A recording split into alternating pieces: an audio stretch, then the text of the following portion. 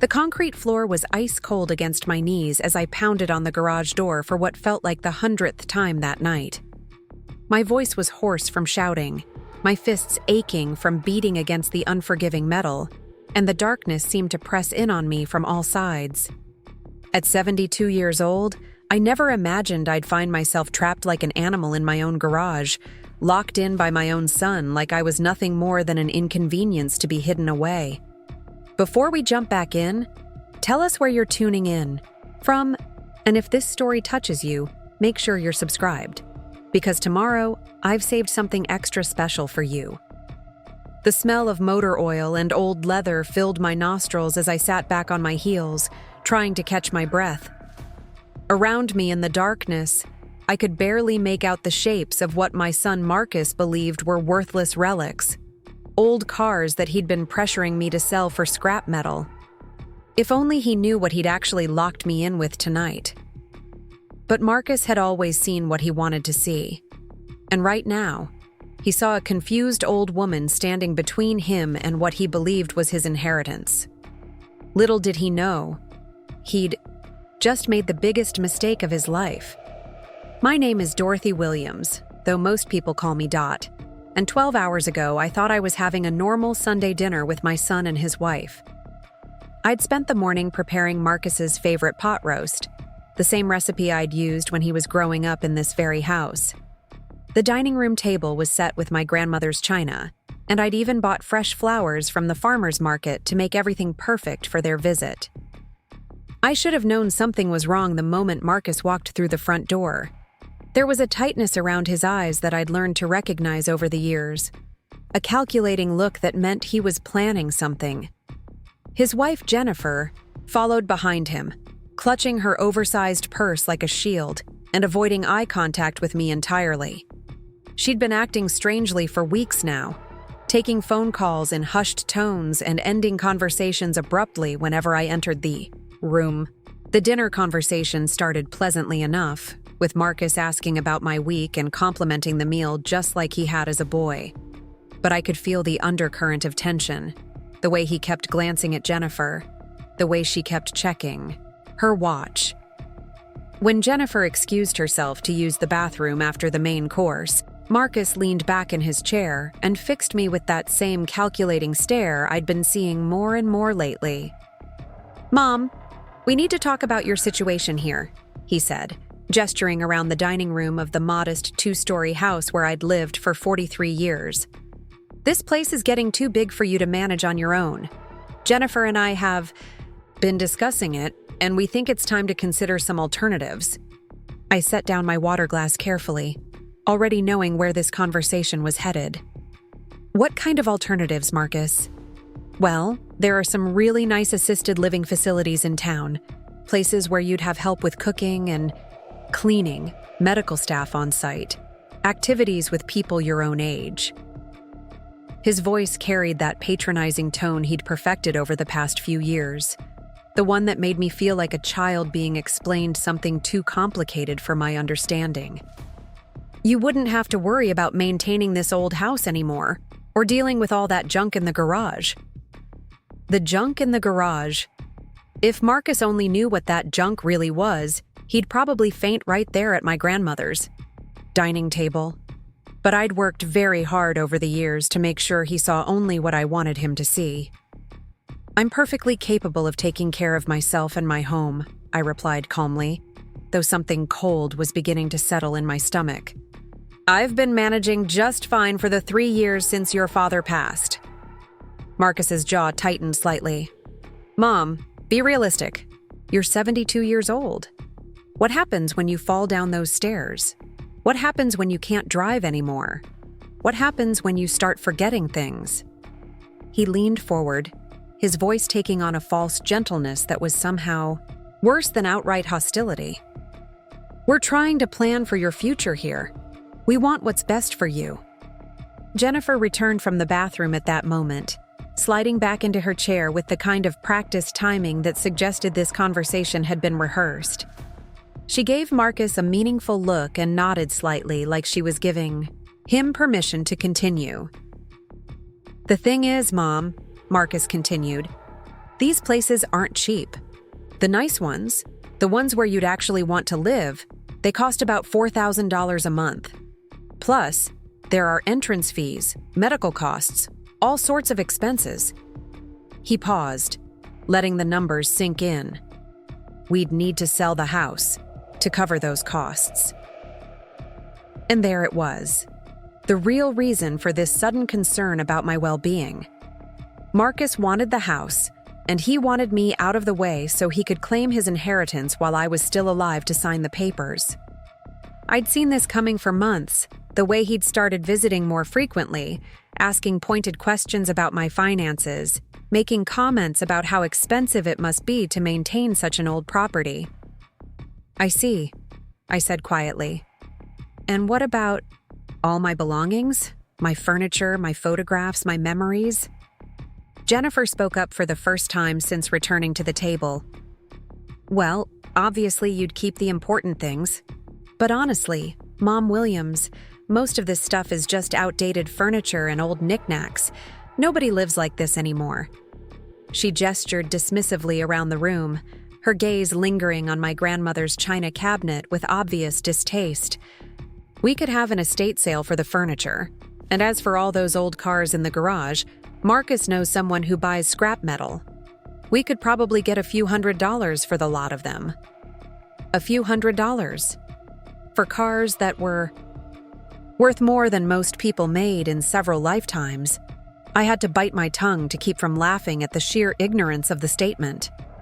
But their dismissive attitude toward my possessions, their casual assumption that they could dispose of my life's work like it was garbage, told me everything I needed to know about their true motivations.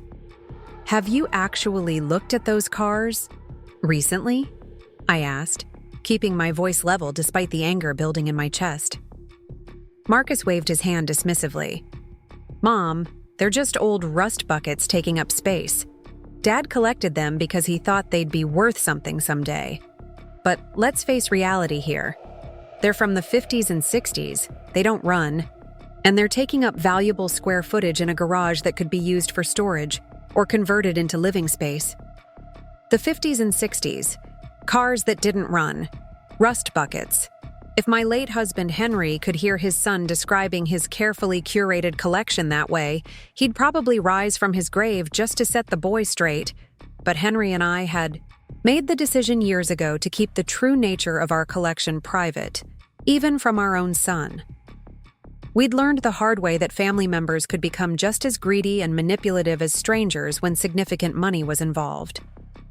"I think you're underestimating their value," I said carefully, testing the waters to see how much Marcus actually knew about classic automobiles.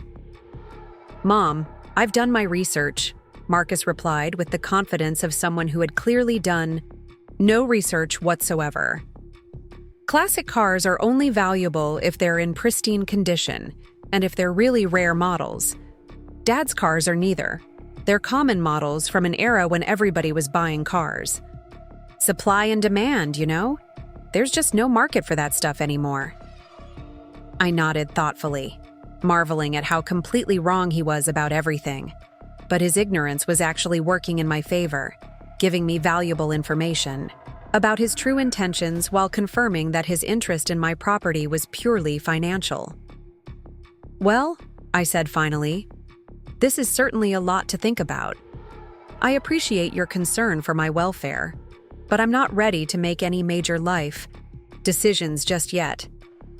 The temperature in the room seemed to drop several degrees. Marcus and Jennifer exchanged a look that was loaded with frustration and something else. Something that made the hair on the back of my neck stand up. "Mom, we're not asking you to decide tonight," Marcus said, his voice taking on a harder edge. "But we are asking you to be realistic about your limitations. You're not getting any younger, and every month you delay making these decisions, your options become more limited." "What do you mean by that?" Jennifer leaned forward, her perfectly manicured hands folded on the table. "What Marcus means is that if you wait too long to make these decisions voluntarily, there might come a time when the decisions get made for you. If you become incapacitated, or if there are concerns about your mental competency, Well, Marcus would have to step in as your medical and financial power of attorney. The threat was delivered with a smile, but it was unmistakably a threat nonetheless. They were suggesting that if I didn't cooperate with their plans voluntarily, they would find ways to force my cooperation. The casual way Jennifer mentioned concerns about mental competency sent a chill down my spine. I'd heard stories about adult children who had their elderly parents declared incompetent in order to seize control of their assets. I think you'll find that I'm quite competent. Thank you, I replied coolly. Of course you are, Mom, Marcus said quickly, apparently realizing that Jennifer had pushed too hard too fast. We're just trying to plan ahead. Make sure all the paperwork is in order. You know how complicated these things can get if they're not handled properly. The rest of the dinner passed in tense politeness, with Marcus and Jennifer making small talk while I processed what had essentially been an ultimatum. They wanted me out of my house, they wanted to sell my property, and they were prepared to use legal means to force my compliance if necessary. The fact that they had no idea what they were actually trying to steal made their greed even more offensive. After they left, I stood in my kitchen washing dishes and thinking about how drastically my relationship with my son had deteriorated since Henry's death. When Marcus was growing up, he'd been a good kid, not perfect, but kind and reasonably respectful. He'd done well in school, gone to college, gotten a decent job in insurance sales, and married a woman who seemed to make him happy. But something had changed in recent years. Maybe it was Jennifer's influence, or maybe it was financial pressures I didn't know about. But Marcus had become increasingly focused on money and what he saw as his future inheritance. He'd started making comments about how unfair it was that I got to live in all that space while he and Jennifer were crammed into a small apartment. He'd begun questioning my spending habits, my ability to maintain the property, even my mental sharpness when I didn't agree with his suggestions. The garage had become a particular obsession of his. Every time he visited, he'd make some comment about all the junk taking up space, about how much more useful the garage would be if it was cleaned out and organized properly. He'd even offered several times to help me get rid of the cars, claiming he was just trying to reduce my burden of maintenance and upkeep. What Marcus didn't understand was that those cars weren't junk or burden. They were my insurance policy, my nest egg, my guarantee of independence. Henry and I had spent 30 years carefully acquiring some of the most valuable classic automobiles ever manufactured, hiding our growing wealth behind a facade of modest middle-class living. We'd bought cars that other people couldn't afford, restored them to museum-quality condition, and stored them in our seemingly ordinary suburban garage. The 1967 Shelby Cobra 427 alone was worth more than $1 million. The 1970 Plymouth Hemi Cuda convertible was worth nearly as much. The 1963 Ferrari 250 GTO, which Henry had somehow managed to acquire in 1978 for what seemed like an astronomical sum at the time, was now worth more than most people's houses. And those were just 3 of the 12 cars currently housed in my garage. But Marcus saw only what we'd wanted him to see: old cars covered in dust covers, taking up space in a garage that could be better utilized. The fact that he'd never actually looked closely at any of the vehicles, never researched their makes and models, never questioned why his father would spend so much time and money on car restoration, told me everything I needed to know about his level of attention and respect for his parents' interests. Henry and I had originally planned to reveal the truth about our collection when Marcus reached a certain level of maturity, when we felt confident that he would appreciate and protect what we'd built. But as the years went by, and especially after Henry's death, it became clear that Marcus was more interested in quick money than long-term preservation. His constant pressure to sell the cars for scrap metal had convinced me that he wasn't ready to be trusted with the truth. So I'd maintained the charade, playing the role of the elderly widow living on Social Security and a modest life insurance payout, while quietly managing a collection worth more than $20 million. The cars were properly insured, professionally maintained, and carefully climate-controlled. But Marcus saw only old vehicles gathering dust in an ordinary garage. Tonight's dinner conversation had made it clear that Marcus's patience with my stubbornness was running out. The threats about mental competency and power of attorney weren't idle talk. He was preparing to take legal action to force me out of my home and seize control of my assets. Preparing and narrating this story took us a lot of time, so if you are enjoying it, subscribe to our channel. It means a lot to us. Now back to the story. The fact that he had no idea what those assets actually included would have been funny if it wasn't so frightening.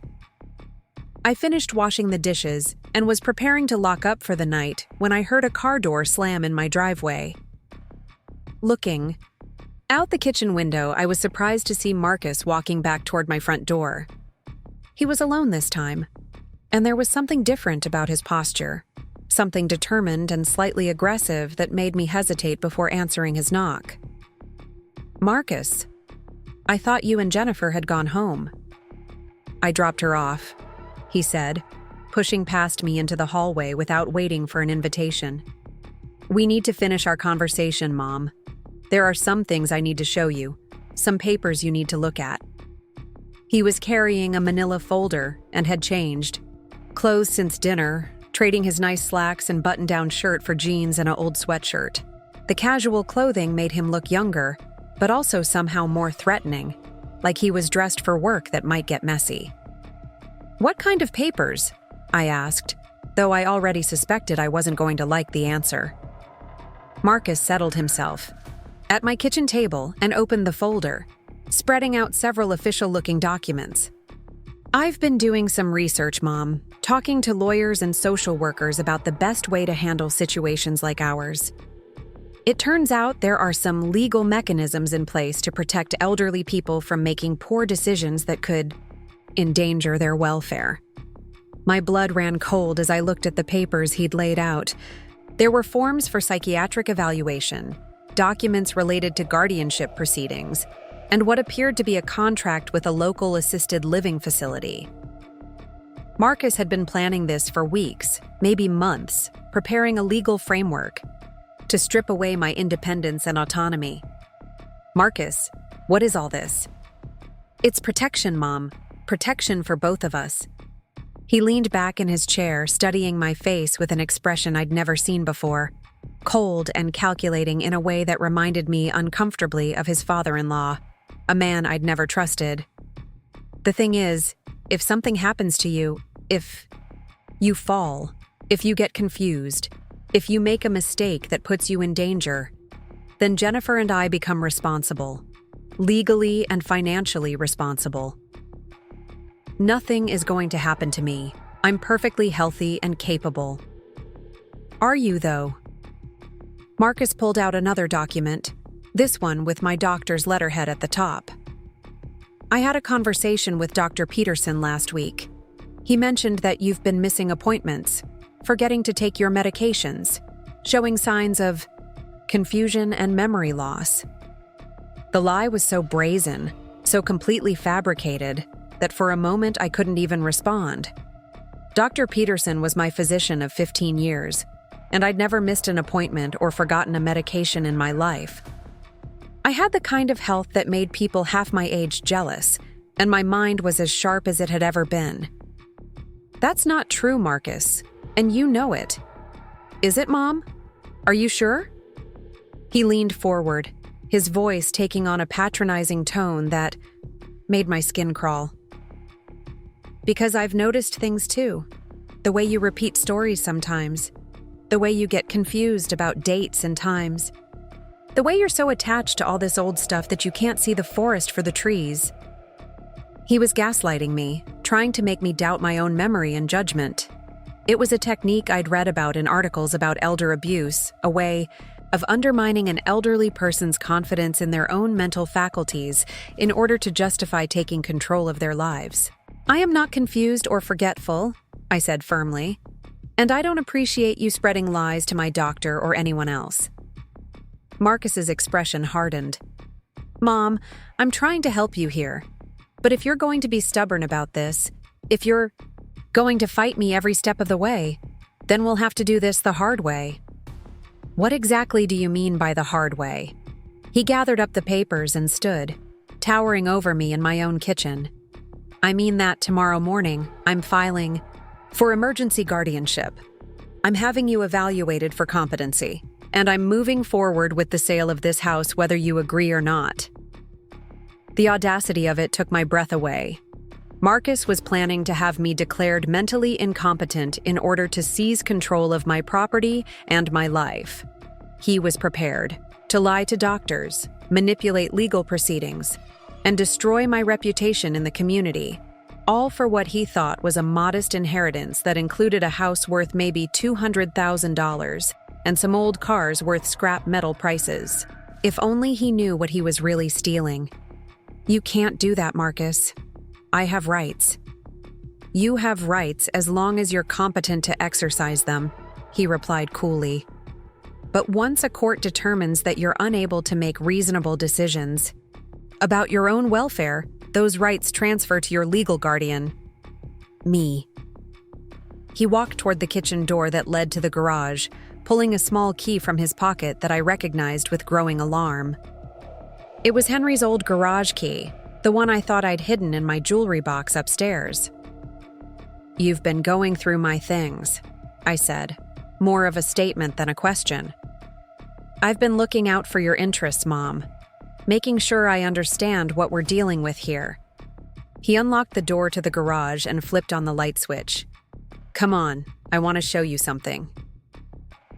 Against my better judgment, I followed him into the garage, my heart pounding as I wondered what he might have discovered about my cars. The garage was large, almost the size of the house itself, and had been completely renovated by Henry to provide climate-controlled storage for our collection. 12 vehicles sat under custom dust covers, arranged in neat rows with professional lighting and humidity control systems. Marcus walked over to the nearest car and pulled off its dust cover with a dramatic flourish, revealing the gleaming red finish of the 1967 Shelby Cobra. But instead of appreciation or surprise, his expression showed only disgust. "Look at this. Mom, look at what you're holding on to." He gestured dismissively at one of the most valuable cars ever manufactured. "It's an old sports car that probably hasn't run in 20 years. The tires are flat, the upholstery is cracked, the engine probably doesn't even turn over anymore." I stared at him in amazement. Marcus was looking directly at a $1 million automobile in pristine condition and seeing only an old car with flat tires. The cracked upholstery he was describing was actually a completely restored interior with original leather that had been professionally maintained for decades. The engine that probably doesn't turn over had been rebuilt to factory specifications and was started regularly to keep it in running condition. But Marcus saw only what he expected to see: junk. "All of these cars are the same," he continued, walking down the row and gesturing at each covered vehicle. "Old, broken-down relics that are costing you money every month just to store. The insurance alone must be eating up most of your Social Security check." The insurance actually cost less than $3,000 a year for the entire collection, a bargain considering the total value of what was being protected. But Marcus had never asked about the actual costs of maintaining the cars, just as he'd never asked about their actual value or condition. He'd made assumptions based on superficial appearances and had never bothered to look deeper. Dad was a good man, but he had some blind spots when it came to money, Marcus said, pulling the dust cover back over the Cobra with obvious irritation. He thought these cars would be worth something someday, but he was wrong. The market for this stuff just doesn't exist anymore. People want new cars with modern technology, not museum pieces that belong in a junkyard. The ignorance was breathtaking, but it was also revealing. Marcus had convinced himself that his father had been a foolish dreamer who'd wasted money on worthless cars, rather than considering the possibility that Henry might have actually known what he was doing. This attitude explained a lot about Marcus's dismissive approach to his parents' interests and his eagerness to dispose of their junk. "So here's what's going to happen. Marcus said, turning back to face me with an expression of grim determination. "Tomorrow, I'm calling that scrap metal guy Jennifer knows. He'll come out here with a truck and haul all of this away. We'll probably get $800 or $900 for the lot, which will help offset some of the costs of moving you into assisted living." $800 or $900 for a collection worth more than $20 million. The math was so absurd that I almost laughed, but the serious expression on Marcus's face told me he wasn't joking. He genuinely believed he was being generous in his estimation of the car's scrap value. "Marcus, I think you should reconsider—" "Mom, the decision's already been made."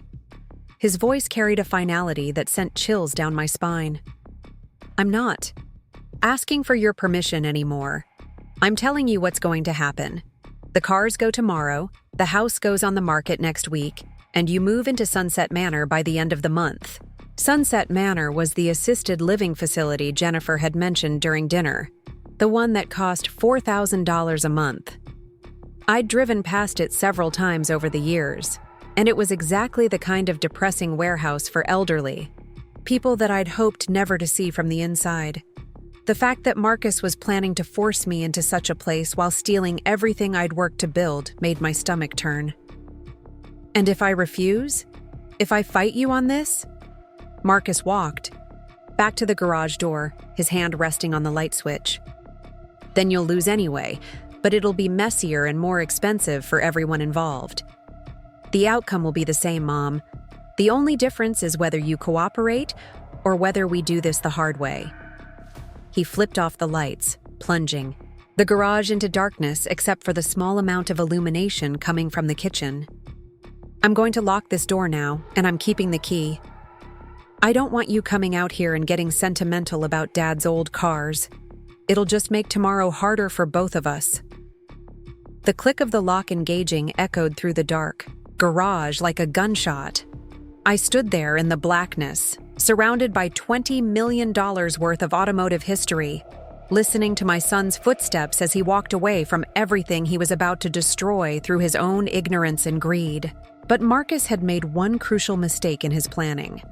In his eagerness to lock me away from the cars he planned to sell for scrap, he'd forgotten that the garage had two doors. The main door that led to the driveway was operated by an electric opener that could be activated from inside the garage, and I was already inside. I felt my way along the wall until I found the opener button and pressed it, listening to the familiar rumble of the door mechanism as it lifted the main garage door. Cool night air flowed into the space, bringing with it the sounds of the neighborhood and the promise of freedom. But instead of leaving the garage, I walked back into the darkness toward my cars. Marcus thought he'd locked me away from them, but he'd actually locked me in with them. And tomorrow, when he arrived with his scrap metal dealer expecting to haul away worthless junk, he was going to get the education of his lifetime. I spent the next hour in the garage, pulling dust covers off each of my 12 cars and checking their condition by the light of my phone's flashlight. Every vehicle was exactly as it should be, pristine, properly maintained, and worth a fortune that Marcus couldn't begin to imagine. The 1967 Shelby Cobra 427 that he'd dismissed as junk was one of only 348 ever manufactured. The 1970 Plymouth Hemi Cuda convertible was one of only 14 made in that specific color combination. The 1963 Ferrari 250 GTO was one of only 36 in existence, making it rarer than most precious gems. But Marcus wouldn't know any of that until it was too late. He'd revealed his complete ignorance about automotive values, his willingness to use legal manipulation to seize control of my assets, and his intention to destroy everything Henry and I had built together. Tomorrow, when he arrived expecting to find a helpless elderly woman ready to surrender her worthless possessions, he was going to discover exactly what kind of mistake he'd made. I pulled out my phone and began making a series of calls that would change everything. The first was to my insurance company, to verify that my coverage was current and comprehensive. The second was to my attorney, a sharp woman named Patricia Chen who specialized in elder law and family disputes. The third was to the Automotive Heritage Foundation, an organization that had been trying to convince me for years to loan some of my cars for their museum exhibitions. By the time the sun came up, Marcus Williams was going to learn that his helpless mother had more resources, more connections, and more legal protection than he'd ever imagined. And he was going to discover that locking someone in a garage full of classic cars was very different from locking them away from those cars. The concrete floor wasn't cold anymore. It was the foundation of my empire, and tomorrow, Marcus was going to find out exactly what he'd tried to steal from me. The first light of dawn was filtering through the garage windows when I heard Marcus's car pull into the driveway. I'd spent the entire night making phone calls, sending emails, and setting plans in motion that would fundamentally change my son's understanding of who he was dealing with. The concrete floor had indeed been cold, but my resolve had only grown stronger with each passing hour.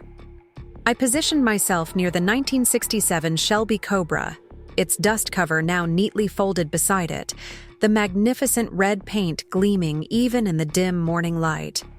In my hand, I held a folder containing documents that would shatter every assumption Marcus had made about his elderly mother and her supposedly worthless possessions.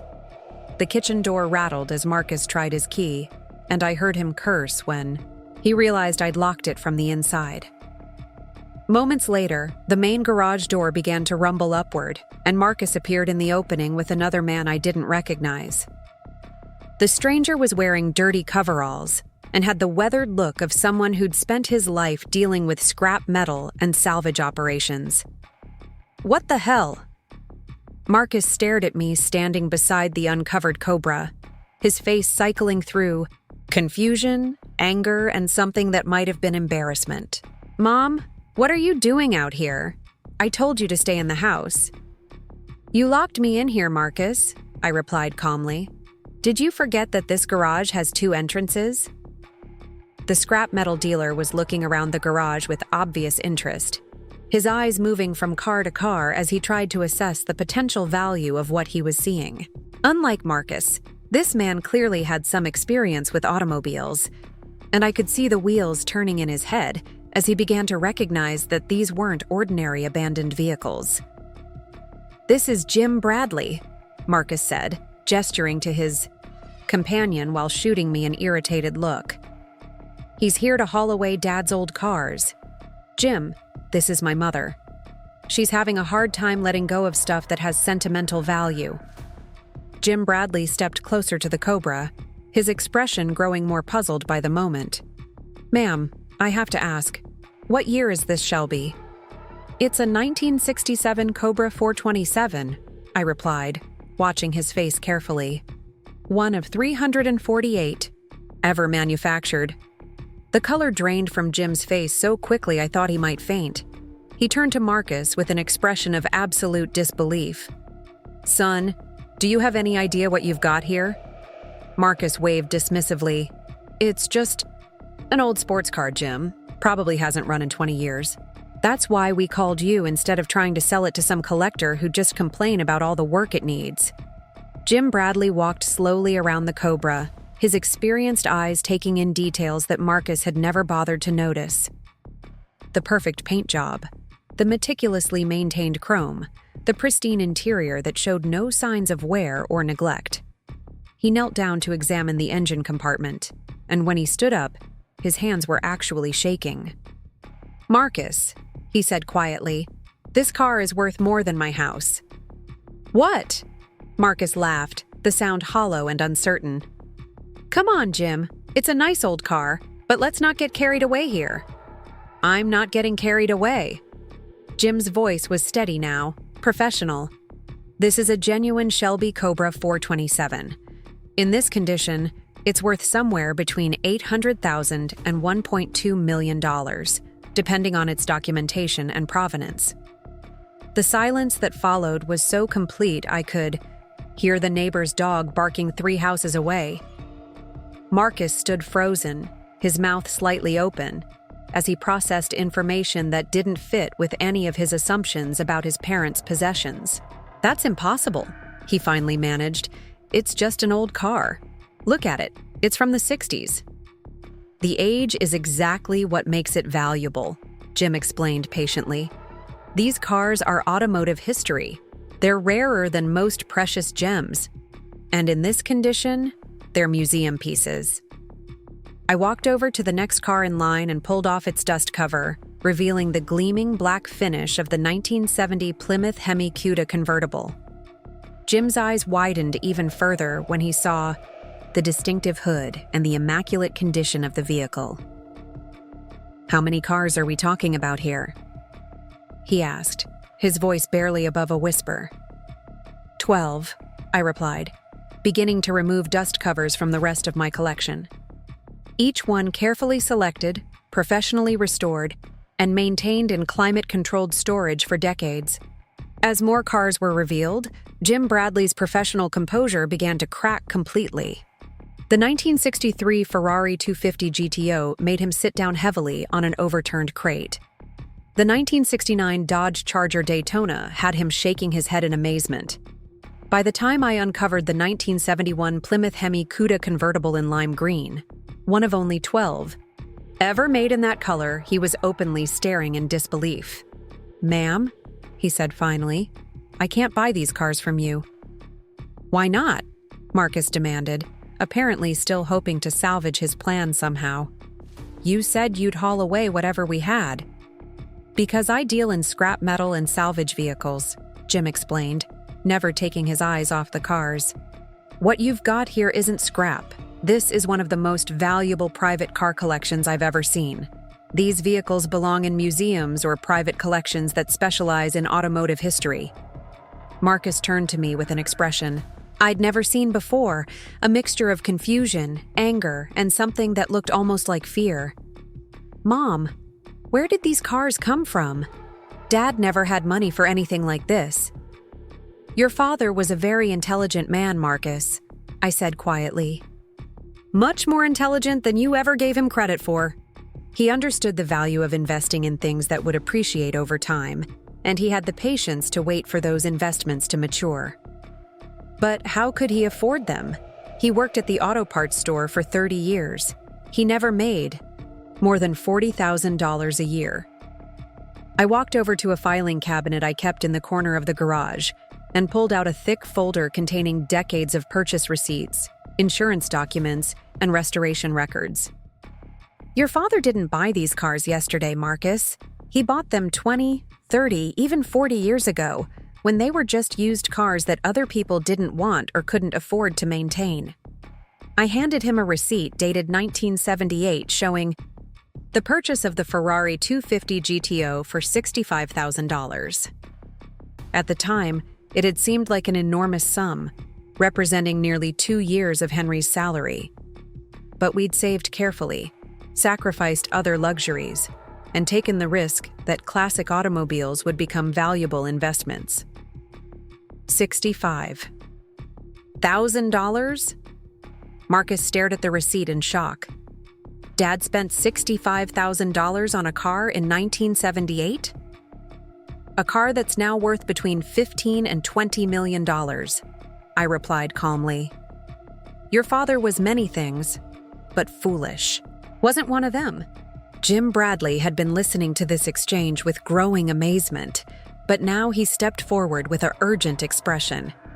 "Ma'am, with all due respect, you need to get these cars appraised immediately by someone who specializes in classic automobiles. You need to verify your insurance coverage and make sure your security is adequate for this kind of collection." "The insurance is current and comprehensive," I assured him. $45,000 a year for the entire collection, which sounds expensive until you consider what we're protecting. Marcus was still staring at the Ferrari purchase receipt as if it were written in a foreign language. $20 million?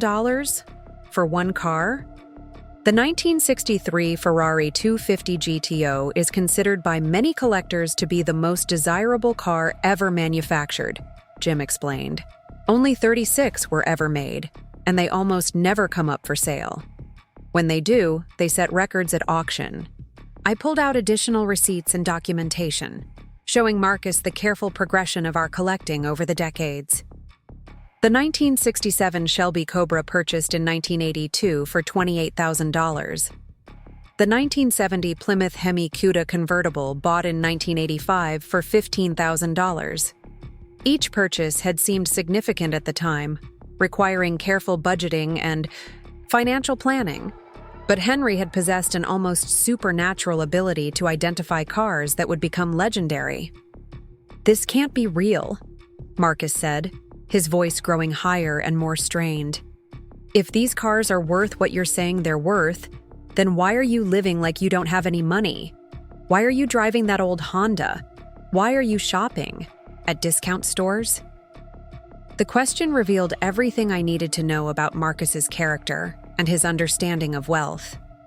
In his mind, having money meant displaying money, spending conspicuously and living ostentatiously.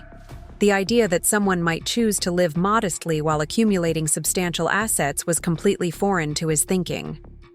Because, Marcus, the moment people know you have significant wealth, they start making plans for how to take it away from you, I replied. Your father and I learned that lesson early in our marriage. We chose to live below our means, invest wisely, and keep our business private. Jim Bradley was still examining the cars, taking photographs with his phone and making notes in a small notebook. "Ma'am, if you don't mind me asking, what's the total value of this collection?" I consulted a recent appraisal I'd had done by a specialist in classic automobiles, a document that Marcus had never seen because he'd never shown any interest in the cars beyond their potential scrap value. The last professional appraisal put the total collection value at just over $22 million. That was 18 months ago, and values have continued to appreciate since then. Marcus actually stumbled backward when he heard the number, grabbing onto the workbench for support. $22 million. The sum was so far beyond his comprehension that he couldn't process it. He'd been planning to sell my cars for scrap metal, expecting to receive perhaps $1,000 for the entire collection. Marcus stared at the legal documents with growing horror. "Mom, you can't be serious. I'm your son." "You're a son who was prepared to steal from his mother, Marcus. Being related to me doesn't give you the right to manipulate me or control my life." The transformation in Marcus's demeanor was remarkable. The confident, controlling man who'd threatened me with legal action just hours before had been replaced by someone who was beginning to understand the true scope of his miscalculation. He wasn't just losing access to a modest inheritance. He was losing access to one of the most significant private fortunes in the state. "What does this mean for my future?" he asked, his voice small and uncertain. "That depends entirely on you," I replied. "If you're willing to acknowledge that your behavior was wrong, if you're prepared to respect my autonomy and independence, then we can work toward rebuilding our relationship on appropriate terms." I pulled out another set of documents that Patricia had prepared, these ones outlining a trust fund structure that would provide Marcus with financial security while protecting my assets from his potential mismanagement. "Your father and I always intended for you to benefit from what we built, Marcus. But we intended for that benefit to come after our deaths, not through manipulation and theft while we were still alive. These documents establish a trust that will provide you with a substantial inheritance, but only if you demonstrate the maturity and responsibility necessary to handle such wealth." The trust structure was carefully designed to prevent exactly the kind of impulsive financial decisions that Marcus's behavior had demonstrated. He would receive a generous monthly allowance, enough to live comfortably without working, but the principal would remain protected and professionally managed. "How much money are we talking about?" he asked, apparently unable to completely abandon his focus on personal financial gain. "The trust will eventually control approximately $20 million, I replied. "Your monthly distributions will start at $15,000 and increase over time based on inflation and investment performance. It's more money than most people see in a lifetime, Marcus, but it comes with conditions." The conditions were strict and non-negotiable. Marcus would have to complete financial literacy education, demonstrate responsible money management for a probationary period, and submit to regular evaluations by the trust administrators. Most importantly, any attempt to manipulate or coerce me would result in immediate forfeiture of all trust benefits. "What about the cars?" he asked, looking around the garage with new understanding of what he was seeing. "The cars will eventually become part of an automotive heritage foundation that your father and I discussed establishing. They'll be preserved, displayed and used for educational purposes rather than sold to private collectors or, God forbid, scrapped for metal." The foundation was something Henry and I had planned for years, understanding that our collection represented more than just valuable assets. These cars were pieces of automotive history that deserved to be preserved and shared with future generations who could appreciate their significance. Marcus walked slowly around the garage, looking at each car with eyes that were finally seeing what was actually there rather than what he'd expected to see. The careful arrangement, the professional lighting, the climate control systems that maintained perfect temperature and humidity. This wasn't a storage facility for junk. It was a museum-quality collection that had been professionally curated over decades. "I've been such an idiot," he said finally, his voice heavy with something that might have been genuine remorse. "You've been entitled and manipulative," I corrected. "But whether you remain an idiot is entirely up to you." My phone rang with a call from Patricia Chen, my attorney, who'd been working through the night to prepare the legal protections I'd requested. Her efficiency and expertise had been remarkable, transforming my vulnerability of just 12 hours ago into a position of complete legal and financial security. "Dorothy, the restraining orders have been filed and approved. Marcus is legally prohibited from accessing your property or your financial information. The competency evaluation requirements have also been strengthened, making it virtually impossible for anyone to have you declared incompetent without clear medical evidence of cognitive decline." I put the call on speaker so Marcus could hear exactly how thoroughly his threats had been neutralized. Patricia continued with updates on asset protection measures, trust fund establishment, and criminal liability assessments related to attempted elder abuse. "There's also the matter of the attempted fraud charges," Patricia added. "Marcus's plan to misrepresent your mental condition to medical professionals and court officials could constitute criminal activity. We'll need to decide whether to pursue those charges or handle this matter civilly." Marcus went pale when he heard the word criminal. He'd apparently never considered that his manipulation tactics might constitute illegal activity rather than just family disagreement. "I think we can handle this as a family matter," I said, watching Marcus carefully. "Assuming that certain behaviors change permanently and certain commitments are made regarding future conduct." After ending the call with Patricia, I turned back to Marcus with what I hoped was the expression of maternal authority rather than vindictive triumph. He was my son, despite his recent behavior, and I wanted to give him the opportunity to learn from his mistakes rather than simply punish him for them. "Marcus, you have a choice to make. You can accept the trust fund arrangement, comply with its conditions, and work toward rebuilding our relationship on respectful terms. Or you can continue trying to manipulate and control me, in which case, you'll find yourself completely cut off from any inheritance and potentially facing criminal charges for attempted elder abuse." The choice was straightforward, but I could see Marcus struggling with the implications. Accepting the trust meant acknowledging that his behavior had been wrong and submitting to oversight of his financial decisions. Rejecting it meant walking away from $20 million and accepting that his get-rich-quick scheme had backfired catastrophically. "I'll take the trust," he said finally. "And Mom, I want you to know that I'm sorry. I really thought I was helping you." The apology sounded genuine, though I suspected it was motivated more by the prospect of losing $20 million than by genuine remorse. But it was a start, and genuine remorse might develop over time as Marcus began to understand the full scope of his miscalculation. "Jennifer doesn't know about any of this yet," Marcus added, apparently realizing another complication in his situation. She's going to be shocked when she finds out about the cars and the money." Jennifer's reaction was indeed something to consider.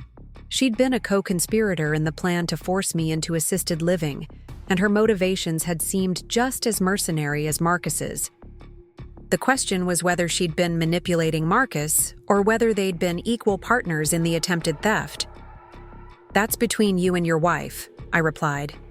"But I suggest you think carefully about sharing detailed financial information with someone who is prepared to steal from your elderly mother." Marcus nodded glumly, apparently beginning to understand that his marriage might not survive the revelation that his family was actually wealthy rather than struggling financially. Jennifer had married him believing he would inherit a modest estate from his eventually deceased parents. Learning that he was actually heir to a substantial fortune might change her behavior in ways that weren't necessarily positive.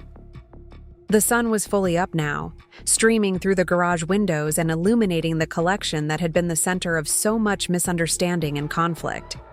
In the clear light of day, with their dust covers removed and their true value understood, Henry's cars looked exactly like what they were: priceless pieces of automotive history that deserved to be preserved and respected. "Can I ask you something, Mom?" Marcus said hesitantly. "What would have happened if I hadn't tried to lock you in here last night? If I hadn't threatened you with the assisted living stuff?" I considered the question carefully. Marcus's aggressive behavior had forced me to reveal secrets that Henry and I had planned to keep for several more years. We'd intended to gradually prepare Marcus for the responsibility of managing significant wealth, perhaps establishing the trust fund when he reached a certain level of maturity, rather than in response to his attempted manipulation.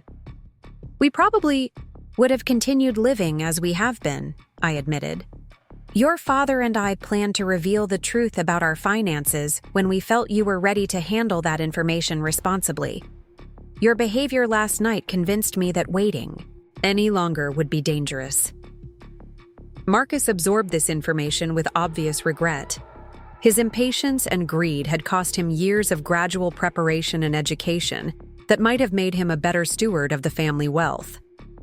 Instead, he'd forced a crisis that resulted in him being legally restricted from accessing information, or assets that might have been shared with him voluntarily under different circumstances. "Is there any way to earn back your trust?" he asked. "Any way to prove that I've learned from this mistake?" The question suggested that Marcus was beginning to understand the real consequences of his behavior. The money was important, obviously, but the damaged relationship with his mother was perhaps even more significant. He was facing the possibility of spending the rest of my life under legal restrictions that treated him as a potential threat rather than a beloved son. "Trust is earned over time through consistent behavior," I replied. "The trust fund gives you the opportunity to demonstrate financial responsibility and respectful conduct. If you can manage those things successfully for a period of years, then we can discuss modifying the restrictions and increasing your access to family resources." The garage fell quiet again as Marcus processed the full scope of his situation. He was heir to a fortune that exceeded his wildest dreams, but he would receive that inheritance only if he could demonstrate the maturity and character that his recent behavior had shown him to lack. It was a second chance, but one that came with strict conditions and ongoing oversight. My phone buzzed with a text message from the Automotive Heritage Foundation, responding to the information I'd shared with them during my pre-dawn phone calls.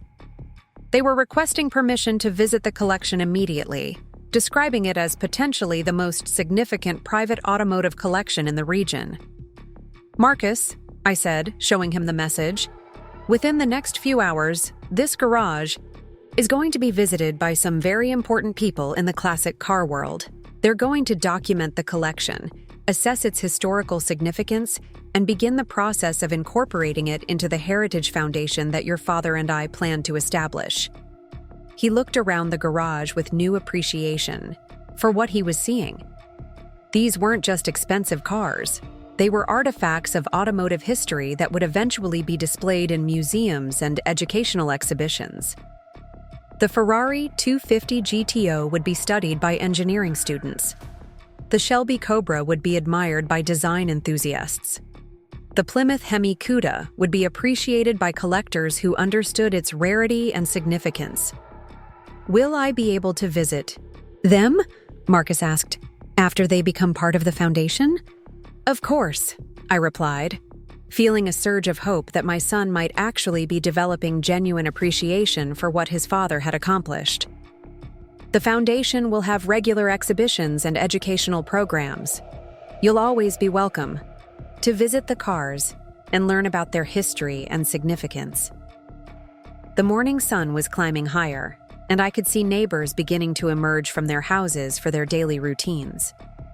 Soon, the quiet suburban street would be alive with automotive experts, foundation representatives, and probably a few curious onlookers who'd heard about the remarkable collection hidden in an ordinary garage. Marcus stood in the center of the garage, surrounded by more wealth than he'd ever imagined, finally beginning to understand what his parents had accomplished through patience, intelligence, and careful planning. The lesson was harsh but necessary. His attempt to steal from me had backfired so completely that he'd actually improved his own financial situation, but only by surrendering control and accepting responsibility for his past behavior. What happens? Now? He asked.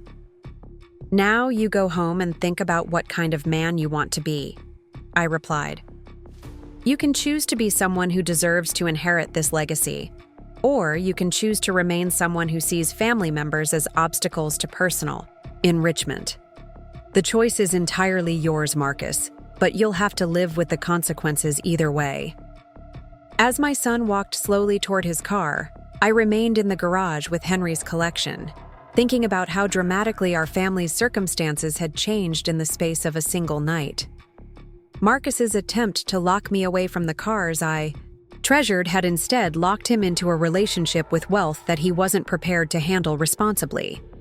But perhaps that was exactly the education he needed.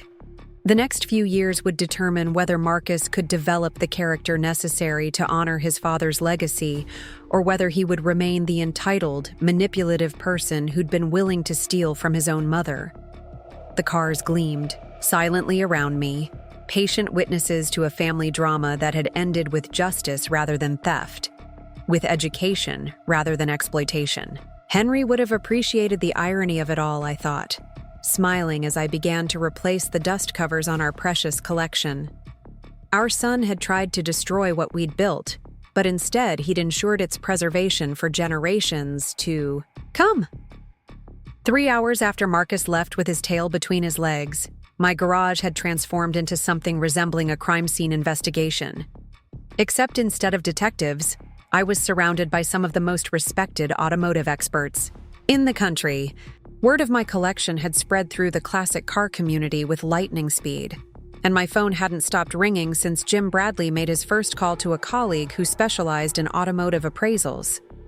Dr. Michael Harrison from the National Automotive Heritage Museum stood beside the Ferrari 250 GTO with an expression of pure reverence, wearing white cotton gloves as he examined details that most people would never notice. Instead, he'd been planning to destroy more wealth than most people would see in several lifetimes. I need to sit down, he said weakly, lowering himself onto a folding chair near the garage entrance. I think we all need to take a moment to process this, Jim said diplomatically. Ma'am, I'm obviously not going to be hauling away any of these vehicles. In fact, I'd strongly recommend that you contact a classic car specialist immediately to discuss security measures and proper documentation for insurance purposes. I nodded appreciatively. Jim Bradley had turned out to be an honest man who understood that he was in the presence of something far beyond his usual scope of business. A less ethical person might have tried to convince Marcus that the cars were valuable, but not as valuable as they actually were, hoping to purchase them for far less than their true worth. Marcus, I said gently, I think we need to have a serious conversation about your plans for my future. My son looked up at me with an expression of complete bewilderment, the confident, controlling man who'd sat at my kitchen table the night before threatening to have me declared incompetent and force me into assisted living, had been replaced by someone who clearly had no idea what to do with information that contradicted everything he'd believed about his family's circumstances. "I don't understand any of this," he admitted. "If you and Dad had this kind of money, why didn't you ever tell me? Why did you let me think you were struggling financially?" "Because you never asked, Marcus. You never showed any interest in our finances except when you thought you could benefit from them. You never asked about the cars, never researched their value, never wondered why your father spent so much time and effort maintaining them." I walked over to another filing cabinet and pulled out additional documentation that Marcus had never seen. Bank statements showing substantial investment accounts, insurance policies that went far beyond basic coverage, receipts for professional restoration work that had cost more than most people's annual salaries. "Your father and I built something significant, Marcus. We made sacrifices, took calculated risks, and invested in things we believed would appreciate over time. We didn't do it for show or status. We did it to ensure our family's long-term security." Jim Bradley had been discreetly photographing the documentation, apparently understanding that he was witnessing something historically significant. "Ma'am, with your permission, I'd like to contact some colleagues who specialize in classic car collections. What you have here is museum quality, and there are people who need to know about it." "That would be fine," I agreed, "but I want to finish this conversation with my son first." Marcus was staring at the bank statements with the same bewildered expression he'd worn when looking at the car receipts. "Mom, these accounts show millions of dollars. How is that possible?" $22 million in cars, Marcus. Another $8 million in various investment accounts, real estate holdings, and other assets. Your father and I weren't poor retirees living on Social Security. We were wealthy individuals who chose to live simply. The total was $30 million. $30 million that Marcus had been prepared to steal through legal manipulation, convinced that he was seizing control of perhaps $200,000 in assets. His plan to have me declared incompetent and force me into assisted living so he could liquidate my modest estate had been based on a fundamental misunderstanding of what he was actually trying to steal. "But the house," he protested weakly. "You live in a house that's worth maybe $200,000. You drive a 10-year-old Honda. You shop at discount stores." "All by choice," I explained patiently. "The house is paid for and meets our needs perfectly. The Honda is reliable and economical. Shopping wisely allows us to invest more money in appreciating assets rather than wasting it on conspicuous consumption." Jim Bradley cleared his throat diplomatically. "If you folks don't mind, I think I should probably head out and let you finish this family discussion in private. Ma'am, here's my card. When you're ready to discuss security measures or documentation for your collection, I know some people who can help." After Jim left, Marcus and I stood in the garage surrounded by $22 million worth of automotive history, the silence stretching between us like a chasm. Everything he'd believed about his parents, about his inheritance, about his own future, had been fundamentally altered in the space of an hour. "Marcus," I said finally, "last night you threatened to have me declared mentally incompetent, so you could seize control of my assets and force me into assisted living. You were prepared to lie to doctors, manipulate legal proceedings, and destroy my reputation in the community. All for what you thought was a modest inheritance that included some worthless old cars." He couldn't meet my eyes. "I thought I was helping you. I thought you were struggling financially and too proud to ask for help. No, Marcus. You thought you were entitled to my property regardless of my wishes. You thought you could intimidate an elderly woman into surrendering her independence and her assets. The fact that you were wrong about the value of those assets doesn't change the moral bankruptcy of your behavior." I walked over to the workbench where I'd laid out the legal documents that Patricia Chen had prepared based on our phone conversation in the early hours of the morning. Marcus's threats had forced me to take protective measures that would permanently alter our relationship. "These are restraining orders, Marcus. Court orders that prohibit you from entering my property, accessing my financial accounts, or contacting my medical providers without my explicit permission. They also revoke any informal power of attorney arrangements and establish legal barriers to prevent anyone from having me declared incompetent without due process. He'd driven 4 hours from the state capitol after receiving what he described as the most important phone call of his career from the foundation representative I'd contacted in the early morning hours.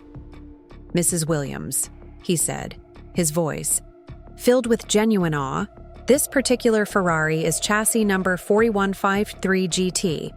According to our records, it disappeared from public view in 1979 and hasn't been seen since. The automotive world has been wondering about its condition and whereabouts for over 4 decades." I smiled, remembering Henry's excitement when he'd managed to acquire the Ferrari from a private collector who needed quick cash for a business venture. We'd paid $65,000 for a car that most people considered too exotic and expensive to maintain properly. Henry had spent the next 5 years learning everything there was to know about Ferrari restoration, working with specialists from Italy to ensure that every component was restored to original factory specifications. My husband was very particular about maintaining the cars exactly as they would have been when they left the factory, I explained. He believed that any modifications or improvements would diminish their historical value. Dr. Harrison nodded approvingly as he photographed the engine compartment with professional equipment. His instincts were absolutely correct. This Ferrari retains all of its original components, including the engine block, transmission, and even the original Barani wire wheels. In the collector car world, this level of authenticity is extraordinarily rare. Meanwhile, Rebecca Santos from Barrett Jackson Auction House was conducting her own examination of the 1967 Shelby Cobra, using specialized lighting equipment to verify the authenticity of the paint and bodywork.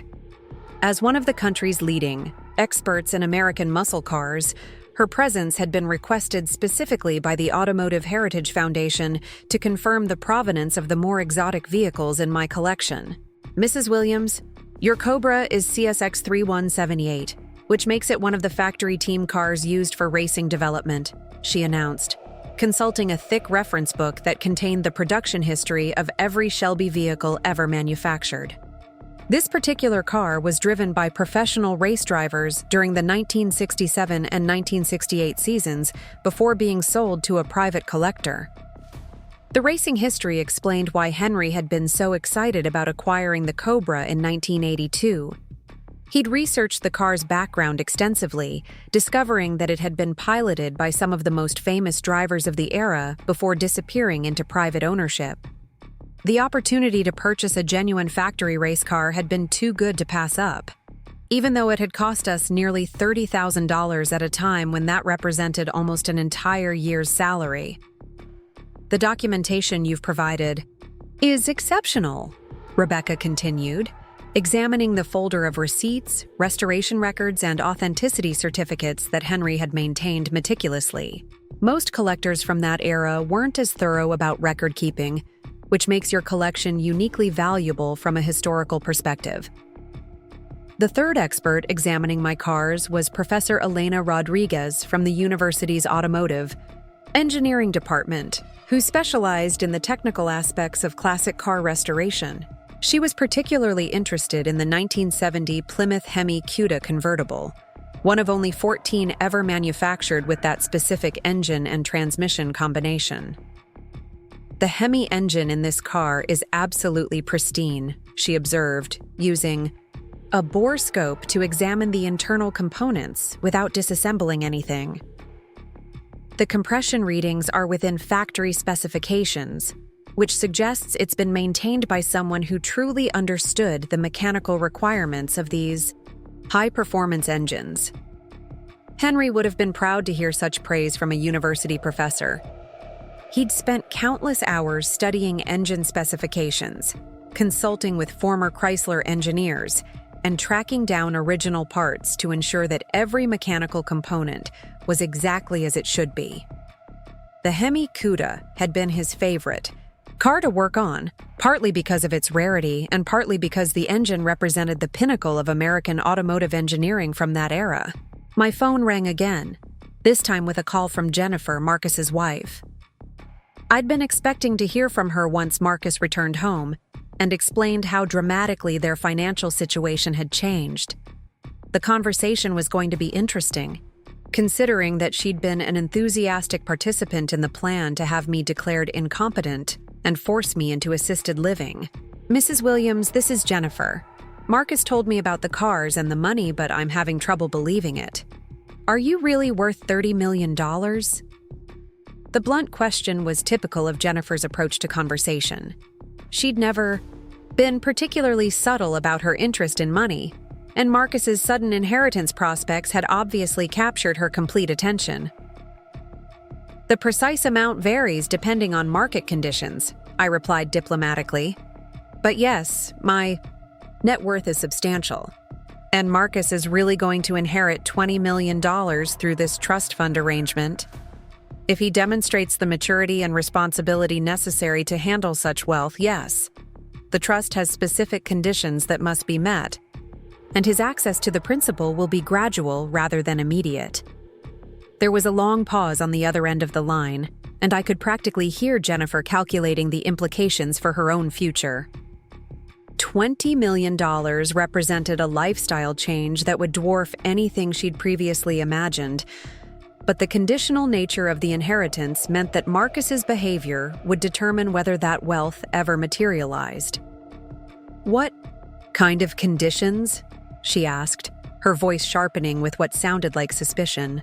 Financial education, responsible money management, respectful treatment of family members, and regular evaluations by the trust administrators, I explained. The trust is designed to ensure that the inheritance benefits Marcus rather than enabling destructive behavior. That sounds pretty controlling to me, Jennifer said, apparently forgetting that just yesterday she'd been planning to control my life by having me declared incompetent. Why can't Marcus just inherit the money normally like other people do? The irony of her complaint was remarkable. Jennifer had been prepared to steal what she thought was a modest inheritance through legal manipulation, but now she was objecting to conditions that protected a much larger inheritance from mismanagement. Because, Jennifer, other people don't usually threaten to have their elderly parents declared mentally incompetent in order to seize control of their assets, I replied calmly. The trust conditions exist because Marcus's recent behavior demonstrated that he wasn't ready to handle significant wealth responsibly. Another pause, followed by what sounded like Jennifer covering the phone while she spoke to someone else in the room.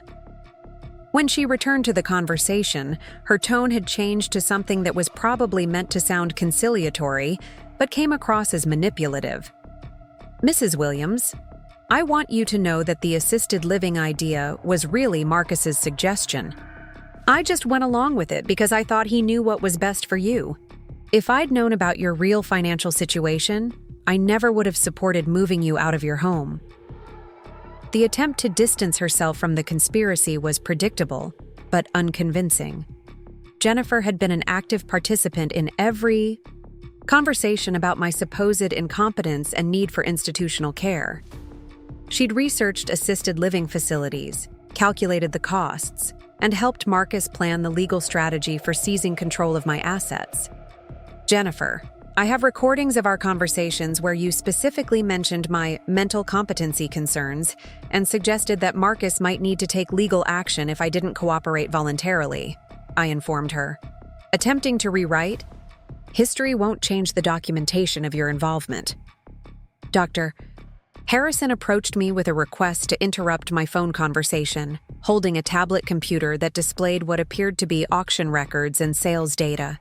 I told Jennifer I'd call her back later and turned my attention to information. That was significantly more important than her attempts at damage control.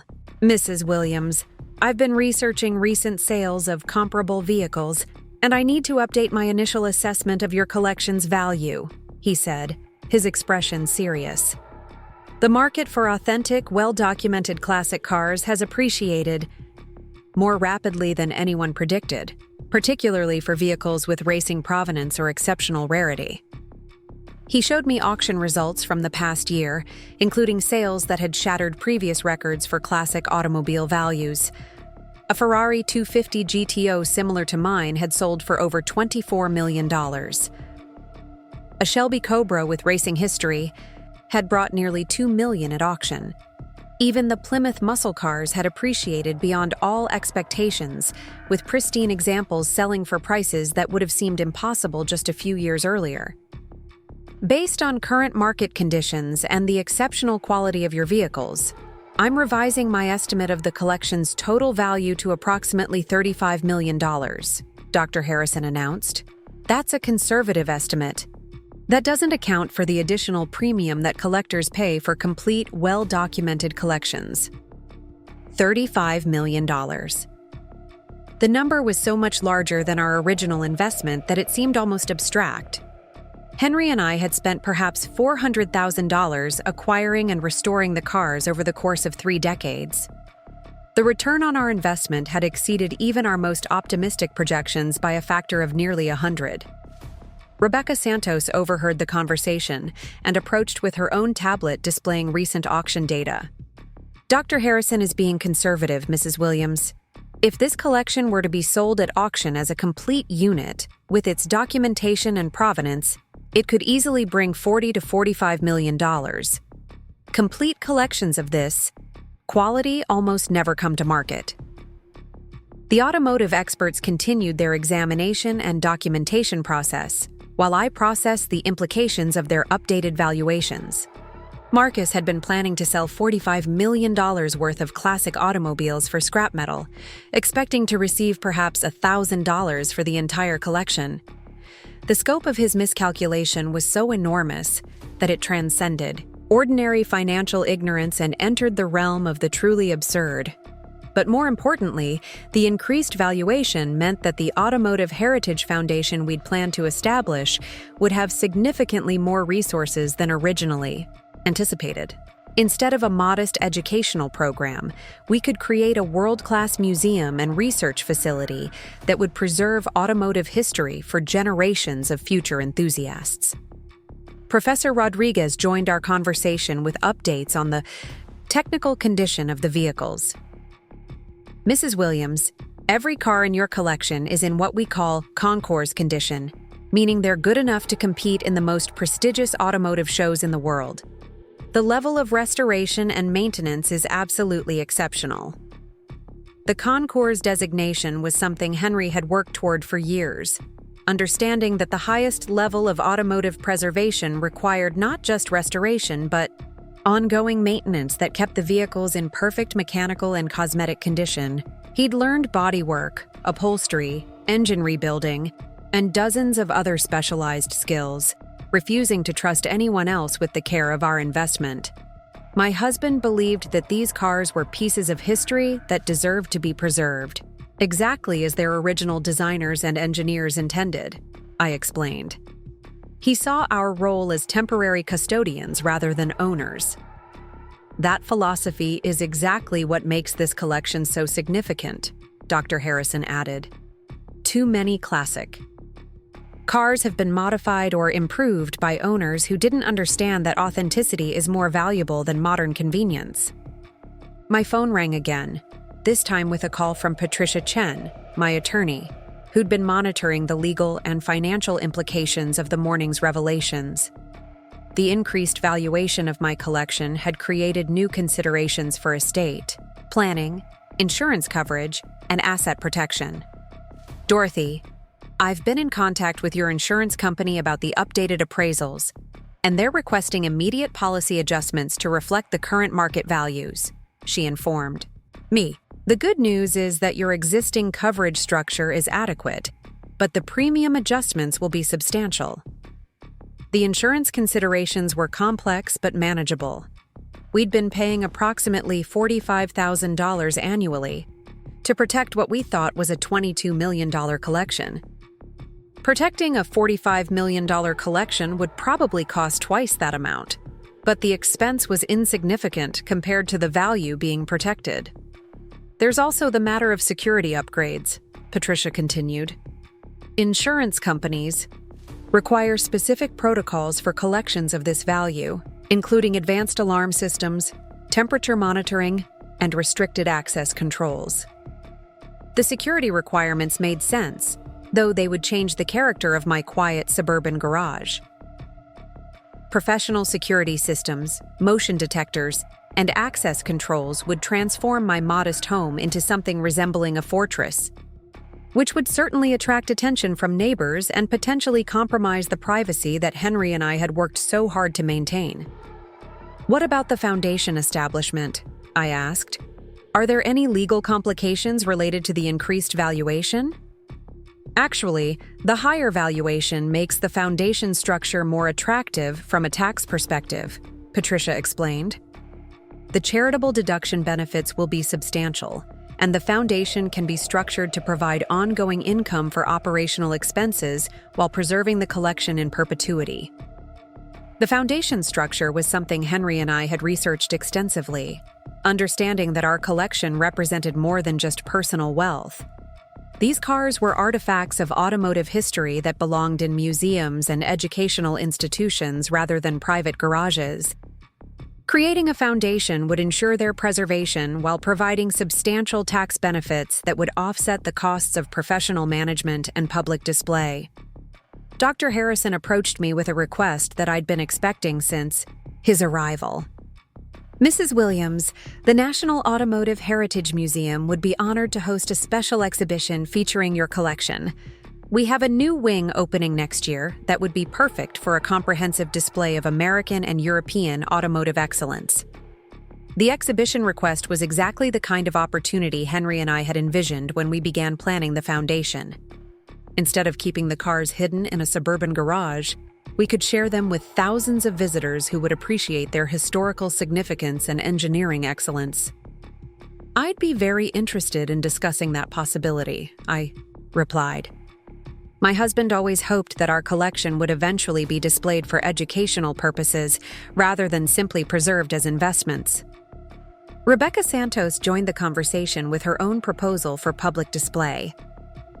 "Barrett Jackson would also be interested in featuring your collection at our annual auction, not for sale, but as an educational exhibition. We've never had the opportunity to display such a comprehensive collection of documented original condition vehicles." The multiple exhibition offers confirmed that our collection represented something unique in the automotive world. Most private collectors specialized in specific makes, models, or eras, but Henry had selected vehicles from across the spectrum of automotive history, choosing cars that represented significant technological or design achievements, rather than focusing on any particular brand or style. Professor Rodriguez had been documenting the technical specifications of each vehicle for her university's automotive engineering program. "Mrs. Williams, would you consider allowing our students to study your cars as part of their coursework?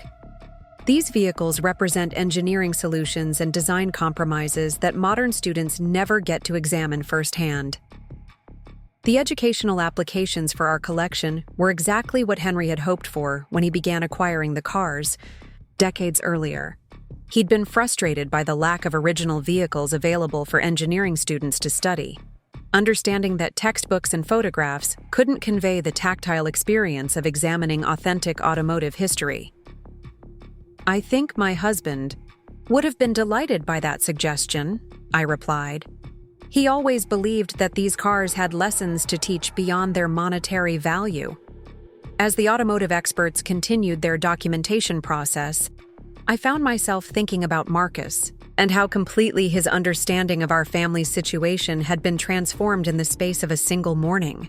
He'd awakened expecting to inherit a modest estate worth perhaps $200,000. Including some worthless old cars that would bring a few $100s as scrap metal. Instead, he'd learned that his mother was worth approximately $30 million, that the worthless cars were actually a $45 million collection of automotive history, and that his inheritance would be structured through a trust fund designed to prevent exactly the kind of impulsive decision-making he'd demonstrated through his manipulation attempts. The educational value of Marcus's experience was substantial, though probably painful. He'd learned that appearances could be deceiving, that patience was more valuable than immediate gratification, and that attempting to steal from family members could backfire in spectacular fashion. Whether he would actually internalize these lessons remained to be seen, but the consequences of his behavior had been immediate and unmistakable. My phone buzzed with a text message from Marcus himself, apparently having spent the morning processing the full implications of his situation. "Mom, I've been thinking about everything that happened, and I want to apologize properly. Can we talk when you're finished with the car experts?" The text suggested that Marcus was beginning to understand that his relationship with me had been fundamentally altered by his threats and manipulation attempts. The legal restrictions I'd put in place weren't just symbolic. They represented a genuine change in how our family would interact going forward. Dr. Harrison completed his examination of the Ferrari and approached me with a comprehensive assessment that would serve as the foundation for insurance adjustments and foundation planning. "Mrs. Williams, your collection represents one of the most significant private assemblages of automotive history in North America. The combination of rarity, authenticity, and condition is simply exceptional." He handed me a detailed report that documented every vehicle, including photographs, technical specifications, and current market valuations. The thoroughness of his documentation would be invaluable for insurance purposes and foundation establishment, providing the kind of professional authentication that serious collectors required. "There's one more thing I'd like to discuss," Dr. Harrison continued. "The National Automotive Heritage Museum is planning a major fundraising campaign to expand our preservation and education programs. A collection like yours could serve as the centerpiece for an entire wing dedicated to automotive excellence." The fundraising implications were intriguing. Instead of simply donating our collection to an existing museum, we could use it as the foundation for a new facility specifically designed to showcase automotive history and education. The increased valuation meant that such a project would be financially feasible while providing substantial tax benefits. Rebecca Santos joined our conversation with her own perspective on the collection's significance. "Mrs. Williams, I've been in the classic car business for 20 years, and I've never encountered a private collection that combines this level of quality with such comprehensive documentation. Most collectors focus on either American muscle cars or European exotics, but your husband managed to acquire the best examples from both traditions. The breadth of Henry's collecting strategy had been deliberate and carefully planned. Instead of specializing in one particular type of vehicle, he'd focused on acquiring cars that represented significant achievements in automotive engineering and design. The result was a collection that told the complete story of automotive development from the 1960s through the early 1970s, the golden age of both American muscle cars and European sports cars. Professor Rodriguez completed her technical examination and presented me with preliminary findings that would be valuable for educational planning. "Mrs. Williams, your vehicles represent a unique laboratory for studying automotive engineering evolution. Students could examine everything from carburetor, design to suspension geometry to metallurgy, all using original factory components. The educational potential of our collection extended beyond simple display to hands-on learning opportunities that would be impossible with modern vehicles. Contemporary cars were too complex and computerized for students to understand fundamental mechanical principles, but the vehicles in our collection demonstrated engineering concepts in ways that were accessible to educational examination." As the afternoon wore on, the experts completed their documentation and began discussing next steps for public display and educational utilization. The consensus was that our collection deserved to be preserved and shared rather than hidden away in a private garage, regardless of how well maintained that garage might be. "Mrs. Williams," Dr. Harrison said as he prepared to leave, "I want to thank you for allowing us to examine your collection. This has been one of the most exciting days of my professional career." The gratitude from such respected experts was deeply satisfying, confirming that Henry's decades of careful collecting and meticulous maintenance had created something genuinely significant in the automotive world. Our collection wasn't just valuable, it was historically important in ways that transcended monetary considerations. After the experts departed, I found myself alone in the garage with $45 million worth of automotive history, thinking about how dramatically my life had changed since Marcus had locked me in here less than 24 hours earlier. His attempt to isolate me from the cars had actually resulted in their recognition as one of the most important private collections in the country. The irony was almost poetic. Marcus had tried to lock me away from what he saw as worthless junk, but instead he'd triggered a chain of events that would preserve Henry's legacy and establish our family's reputation in the automotive community for generations to come. My phone rang with another call from Patricia Chen, this time with updates on the legal framework for the foundation establishment. "Dorothy, I've been working with tax specialists and foundation experts, and the structure is more advantageous than we initially thought. The charitable deduction benefits will offset most of the gift tax implications, and the foundation can be structured to provide ongoing income for maintenance and operations." The financial mechanics of foundation establishment were complex, but the basic concept was straightforward. By donating the collection to a charitable foundation, we could preserve it in perpetuity while gaining substantial tax benefits and ensuring professional management of the vehicles and educational programs. "What about Marcus's reaction to the foundation plan?" Patricia asked. "Has he expressed any concerns about the cars being donated rather than sold for his inheritance?" The question touched on one of the most important aspects of the morning's revelations. Marcus had learned that he was heir to substantial wealth, but he'd also learned that much of that wealth would be preserved for public benefit rather than converted to cash for his personal use. "I haven't discussed the foundation details with him yet," I admitted. "He's still processing the basic facts about the collection's value and the trust fund arrangement."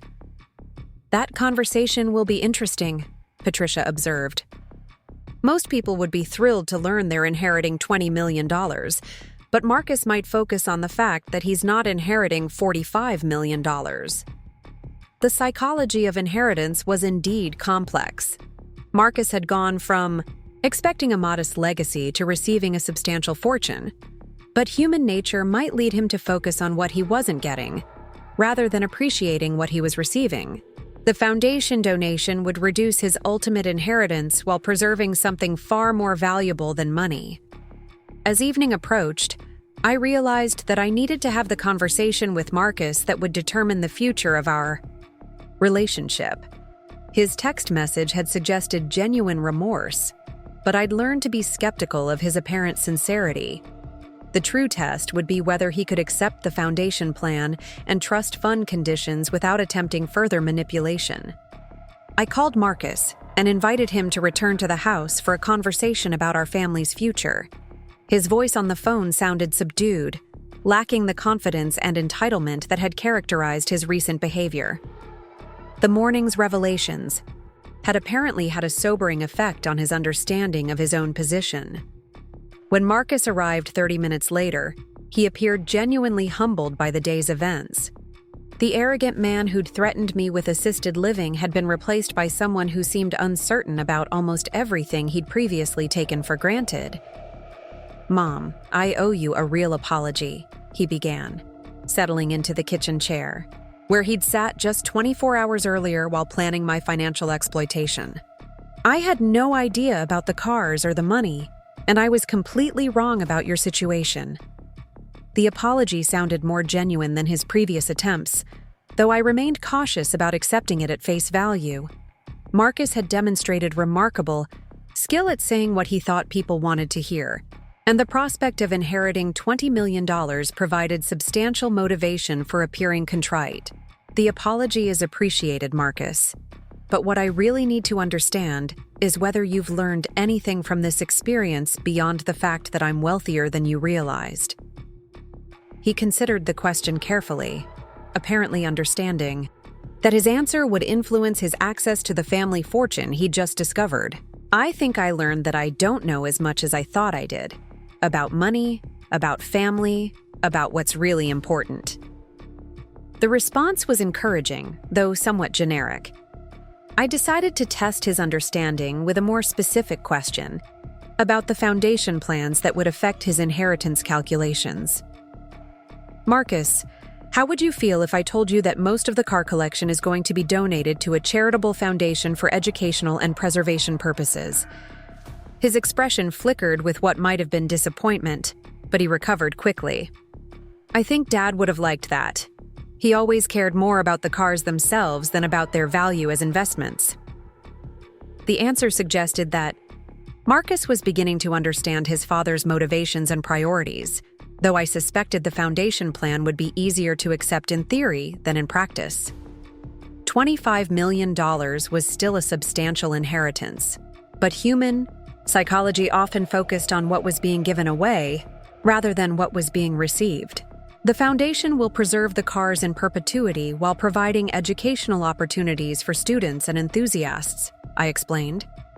It will also generate tax benefits that will actually increase the value of your inheritance, even though fewer assets will be passed directly to you. Marcus nodded thoughtfully, apparently trying to process the complex financial implications. So I'll still inherit $20 million through the trust fund? Assuming you meet the trust conditions. Over the next several years, yes. The foundation donation will actually increase the net value of that inheritance through tax savings and investment growth. The conversation continued for another hour, covering the trust fund conditions, the foundation timeline, and the ongoing relationship we would need to rebuild if Marcus hoped to access his inheritance eventually. By the end, I felt cautiously optimistic that my son might actually learn from his mistakes rather than simply accepting the financial penalties for his behavior. As Marcus prepared to leave, he paused at the garage door and looked back at the cars that had so completely altered his understanding of our family's circumstances. Can I ask you something, Mom? What would you have done if I'd succeeded in having you declared incompetent? The question revealed that Marcus was finally beginning to understand the true scope of what he'd attempted. If his manipulation had succeeded, he would have gained control over $45 million in assets, while believing he was managing a modest estate worth perhaps $200,000. You would have destroyed one of the most important classic car collections in North America, I replied quietly. And you would have done it out of ignorance and greed, never knowing what you had actually accomplished. The weight of that realization settled over Marcus like a heavy blanket. He'd come within hours of committing what would have amounted to automotive genocide, destroying irreplaceable pieces of history for scrap metal prices. The magnitude of his near miss was almost impossible to comprehend. I'm sorry, Mom, for all of it. This time, the apology carried genuine weight, backed by understanding of consequences rather than just disappointment about being caught. Marcus was finally beginning to grasp what he'd almost done, and what he still stood to lose if he couldn't demonstrate the maturity necessary to handle his inheritance responsibly. As his car disappeared down the street, I returned to the garage, one final time that day, surrounded by the vehicles that had saved themselves through their own value and significance. Tomorrow would bring new challenges as we began the process of establishing the foundation and transitioning from private collectors to public stewards of automotive history. But tonight, Henry's cars sat safely in their climate-controlled environment, their future finally secure, and their historical importance finally recognized. Marcus's attempt to lock me away from them had backfired completely, ensuring their preservation for generations of future enthusiasts who would appreciate what we had built together. Up next, you've got 2 more standout stories right on your screen. If this one hit the mark, you won't want to pass these up. Just click and check them out.